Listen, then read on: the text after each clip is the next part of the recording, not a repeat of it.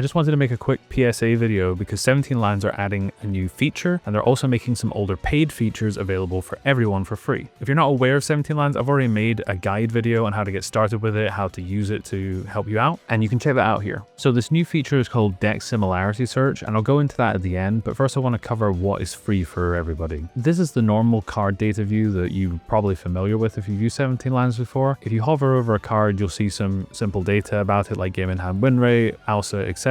And if you click into it, then you would get a page now like this. It shows you the normal game in hand win rate number, in this case 57.5 for fresh start. But the interesting part is it breaks it down and shows you some of its better performing or more popular color combinations. And this can really give you insight into when it actually is correct to pick a card for the deck you're drafting. You can see here that it hurts the win rate of blue-red decks with a splash, very slightly, but it really improves blue-green decks with a splash, probably because they have access to less spot removal than red. So having something like this to deal with annoying creatures is very helpful. You can even, if you're interested, see how the performance of the card is going over time. One good example of this was in the previous format, Push the Limit had a pretty terrible win rate initially, but then when people figured out what decks it can go in, the win rate really climbed up. Just a few other little examples of this if you're interested. So you've got Sagu Wildling. These kind of 5-color splashy decks seem to really work off a blue-green base, whereas not so much from a black-green base. As you see, having them in the deck kind of hurts them. You'd much rather be playing just slightly more efficient creatures and splashing less, whereas in blue-green, you're drawing enough cards, you've got enough other avenues for fixing,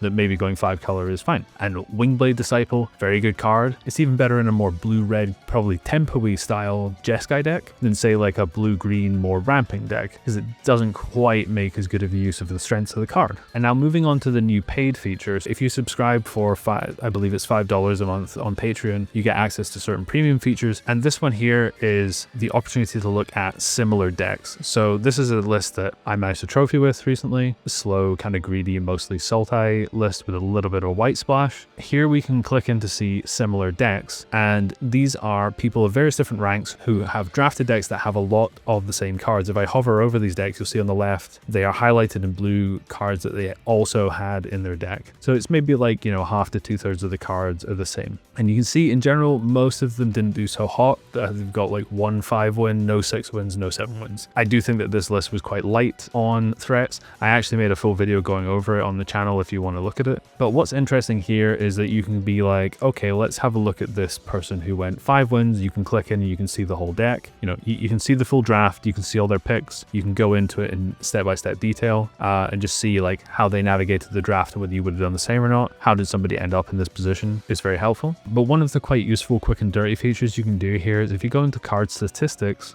it gives you information about the cards that you've picked and their general, you know, how often people play them in these types of decks and how they do in these color combinations. And if you just search by game in hand win rate, you can see on the left it will light up with, you know, green is good, blue is bad, what the game in hand win rate is for these cards within this color combination. Obviously things like the rares, generally speaking, have a very good win rate, but things like the forecaster cards like the Globe, the Boulderborn Dragon, don't have the greatest win rate because sometimes people will play them without enough of the others to support them. And apparently Focus to Mind is maybe not so great in this deck, but it's saying that in my sideboard, cards like Unending Whisper, the Wayfarer, Molten Exile, Piercing Exile, Trawlers, and Wingblade are all good cards that I could have considered playing. I chose not to because of curve considerations mostly in this case. But if I was unsure and I was just looking for guidance as to what I should have played or shouldn't have played, then this is very helpful to like dig into. Yeah, another interesting feature of this is the similar decks tab, where it takes that list of 10 or so decks that I showed you earlier and it compares how they did with the cards in their drafts. And the thing is, because they didn't actually have a very good win rate in general, you get interesting results, such as if I go to game in hand win rate, you will see that Warden of the Grove here is a very good rare that everybody played. However, because in general their game win rate wasn't so hot, they only had a 52% win rate with the card. So it actually ended up hurting, you know, their win rate kind of went down when they had it, just because in general the decks weren't so hot. So that's just more of a curiosity to see how you're doing versus other people. But I wouldn't let it inform how you choose to build your decks. It seems a bit misleading in that regard.